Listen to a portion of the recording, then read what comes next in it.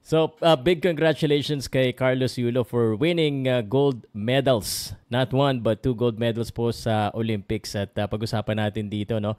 Pag sumisikat ka talaga, dumadami yung pera mo, lalo na pag nananalo ka ng ginto, at dumadami rin ang mga intriga. Bakit ang mga lumalabas sa social media ngayon ay puros intriga? Anyway, may isang bagay po na believe ako dito kay Carlos Yulo at sasabihin ko yun sa iyo mamaya-maya. At syempre, gusto ko lang din kayong balitaan ng update naman sa boxing natin sa Olympics. May pag-asa pa ba tayong makakuha ng ginto sa Olympics? Kagaya ni Carlos Yulo. Powercast Sports. If you're new here, don't forget to subscribe and hit the notification bell. Okay, ako ba? Sorry guys. Tuloy-tuloy na. Wala nang cut-cut kasi galing sa puso naman ito sasabihin natin. And, pwede pa actually madoble yung ating medals. Gold, no?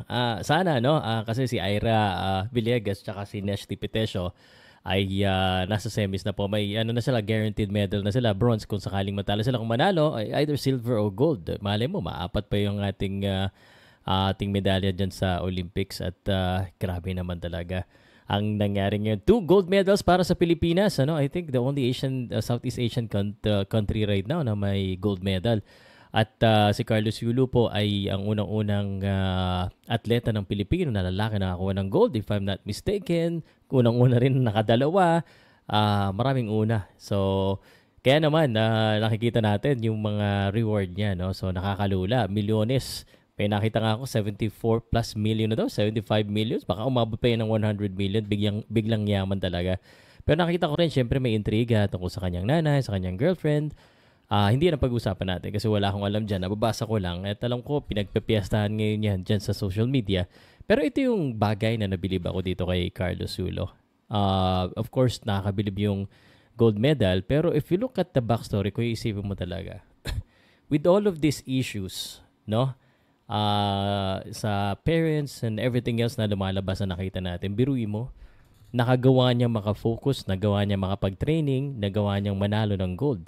Kaya naman nakakaya naman sa mga puros reklamo ng mga tao na kesyo kulang sa suporta, kulang sa training, maraming personal problem, pero si Carlos Yulo has done it in the highest form sa Olympics pa.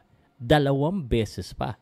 Kaya that should not be an excuse for us. So I choose to focus on that one and make that as a kumbaga example po sa atin lahat, ano? Na lahat tayo may problema pinagdadaanan, but if Carlos Yulo can do it with all of this issue, at lalo siguro dadami pa yan dahil alam mo na pag ganyan na nangyayari, pag nakikilala ka, lalo dumadami rin na issue, dumadami pera, it's all part of it. And it only goes to show that if you focus and you focus on your goal, you can achieve whatever, dreams or goals you have as long as you work on it. And I think yun ang bilib ako kay Carlos Yulo. Even if hindi ko siya kilala personally, no, nakita ko lang yung Wikipedia pala niya, no, taga Malate pala yan, taga Librisa.